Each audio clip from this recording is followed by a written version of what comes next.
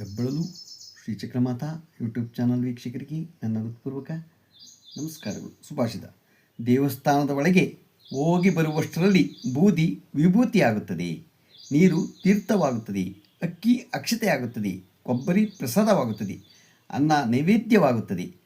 ಇಷ್ಟು ಬದಲಾದರೂ ಮನುಷ್ಯನು ಮಾತ್ರ ದೇವಾಲಯಕ್ಕೆ ಹೋಗಿ ಪ್ರವೇಶಿಸಿ ಬಂದರೂ ಬದಲಾಗದೆ ಹೊರಗೆ ಹೋಗುತ್ತಾನೆ ಅಲ್ವಾ? ಬದಲಾಗಬೇಕು. ನಾವು ಒಳ್ಳೆಯ ರೀತಿ ಕಲ್ತ್ಕೋಬೇಕು, ಕೆಟ್ಟದ್ದನ್ನು ಬಿಡಬೇಕು. ಯಾವುದೇ ಆದರೂ ಇನ್ನೊಬ್ಬರಿಗೆ ನಮ್ಮಿಂದ ಕೆಟ್ಟದ್ದಾಗಬಾರ್ದು, ಅದನ್ನು ಬಯಸಬೇಕು. ಇವತ್ತು ನಾವು ದಿನಪಂಚಾಂಗಕ್ಕಿಂತ ಮುಂಚೆ ಭಾದ್ರಪದ ಮಾಸದಲ್ಲಿ ಹುಟ್ಟಿದವರ ಸ್ವರೂಪವನ್ನು ನಾವು ತಿಳ್ಕೊಳ್ಳೋಣ. ದೈವಜ್ಞ ವಿಲಾಸ ರೀತಿ ಹೇಗಿರ್ತಾರೆ ಅನ್ನೋದನ್ನು ನಾವು ತಿಳ್ಕೊಳ್ಳೋಣ. ಫಸ್ಟು, ಭಾದ್ರಪದ ಮಾಸದಲ್ಲಿ ಜನಿಸಿದವನು ಅಷ್ಟೈಶ್ವರ್ಯ ಸಂಪತ್ತುಳ್ಳವನಾಗಿ, ತೆಳುದೇಹವುಳ್ಳವನಾಗಿ, ದಾನ ಮಾಡುವುದರಲ್ಲಿ ಆಸಕ್ತನಾಗಿ, ಹೆಂಡತಿ ಮಕ್ಕಳನ್ನ ಸಂಕದಿಂದ ಇರುವವನಾಗಿ, ದುಃಖವಿದ್ದಾಗ ವಿಕೃತನಾಗಿ, ಕೋಪದಿಂದ ಕೂಡಿದವನಾಗಿ ಅವನು ಇರ್ತಾನೆ ಅಂತ ಹೇಳುತ್ತೆ. ಈಗ ಜಾತಕಾಭರಣ ರೀತಿ ಹೇಗಿರ್ತಾನೆ? ಭಾದ್ರಪದ ಮಾಸದಲ್ಲಿ ಜನಿಸಿದವನು ಸಕಲ ಸುಖ ಭೋಗಗಳಿಂದ ಯುಕ್ತನಾಗಿ, ದಾನ ಕೊಡುವವನಲ್ಲಿ ಆಸಕ್ತನಾಗಿ, ಶರೀರ ದುರ್ಬಲವುಳ್ಳವನಾಗಿ ಅವನು ಇರ್ತಾನೆ ಅಂತ ಹೇಳುತ್ತೆ. ಗೌರವ ವರ್ಣದಿಂದ ಅಜಾನುಬಾಹುವಾಗಿ, ಬಹುಸ್ತ್ರೀಯರಿಗೆ ವಲ್ಲಭನಾಗಿ, ಕಾಮಿಯಾಗಿ, ಧನವಂತನಾಗಿ, ಪುತ್ರನಿಂದ ಕೂಡಿದವನು ಅವನು ಆಗಿರ್ತಾನೆ ಅಂತ ಹೇಳುತ್ತೆ.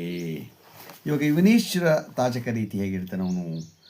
ಭಾದ್ರಪದ ಮಾಸದಲ್ಲಿ ಜನಿಸಿದವನು ದೇಶ ಸಂಚಾರವುಳ್ಳವನಾಗಿಯೂ, ಉತ್ಸಾಹದಾಯಕನಾಗಿಯೂ, ತಿಳುವಳಿಕೆಯುಳ್ಳವನಾಗಿಯೂ, ದಯಾಶೀಲನೂ, ಶ್ರೀಮಂತನಾಗಿಯೂ, ಸ್ವತಂತ್ರವಾಗಿ ಜೀವ ಸ್ವಭಾವವುಳ್ಳವನಾಗಿ ಇರ್ತಾನೆ ಅಂತ ಹೇಳುತ್ತೆ. ಹಾಗೆಯೇ ಮಾನಸಾಗರ ರೀತಿ ಗ್ರಂಥ ರೀತಿ ಅವನು ಹೇಗಿರ್ತಾನೆ ಅಂತ ತಿಳ್ಕೊಳ್ಳೋಣ.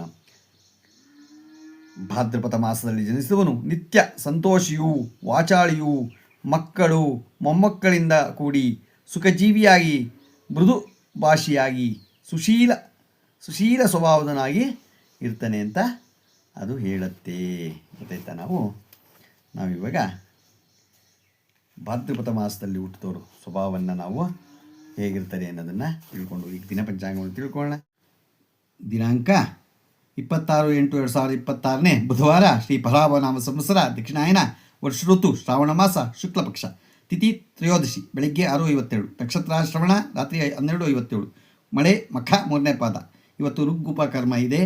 ಎಲ್ಲರೂ ಜನವಾರವನ್ನು ಇವತ್ತು ಬದಲಾಯಿಸ್ಕೊಂಡು ಉಪಕರ್ಮ ಮಾಡ್ತಾಯಿರೋ ಋಷಿಗಳಿಗೆ, ಸಪ್ತ ಋಷಿಗಳಿಗೆ ಪೂಜೆ ಮಾಡಿ ಅದನ್ನು ಮಾಡಿ ಮನೆಯಲ್ಲಿ ಅವರವರಿಗೆ ಸಂಬಂಧಪಟ್ಟಂತೆ ಇವತ್ತು ರಾಹುಕಾಲ 12:25 1:58, ಗುಳಿಕ ಕಾಲ 10:52 12:15, ಯಮಂಟ್ ಕಾಲ 7:46 9:19. ಇವತ್ತು ಯಾರು ಹುಟ್ಟುಹಬ್ಬ ಆಚರಣೆ ಮಾಡ್ಕೊತಿದ್ರು, ಮದುವೆಯಾದ ದಂಪತಿಗಳು ವಾರ್ಷಿಕೋತ್ಸವ ಆಚರಣೆ ಮಾಡ್ಕೊತಿರೋರಿಗೆ ನಮ್ಮ ಹೆಬ್ಬಳಲು ಶ್ರೀ ಚಕ್ರಮಾತಾ ಯೂಟ್ಯೂಬ್ ಚಾನಲ್ ಕಡೆಯಿಂದ ಶುಭಕಾಮನೆಗಳನ್ನು ತಿಳಿಸ್ತೀವಿ. ದೇವರವರಿಗೆ ಆಯುಸ್ಸು, ಆರೋಗ್ಯ, ಐಶ್ವರ್ಯ ಎಲ್ಲ ಕೊಟ್ಟು ಕಾಪಾಡಲಿ ಅಂತ ಕೇಳ್ಕೊತೀನಿ.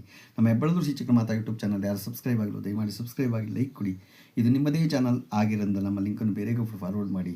ಇದರಲ್ಲಿ ಏನಾದ್ರು ತಪ್ಪುಗಳು ಕಂಡು ಬಂದಲ್ಲಿ ಕಾಮೆಂಟ್ಸ್ ಬಾಕ್ಸ್ಗೆ ಹಾಕಿ ತಪ್ಪುಗಳನ್ನು ತಿದ್ಕೊಳ್ಳೋದಕ್ಕೆ ಅವಕಾಶ ಆಗುತ್ತೆ. ನಮಸ್ಕಾರಗಳು.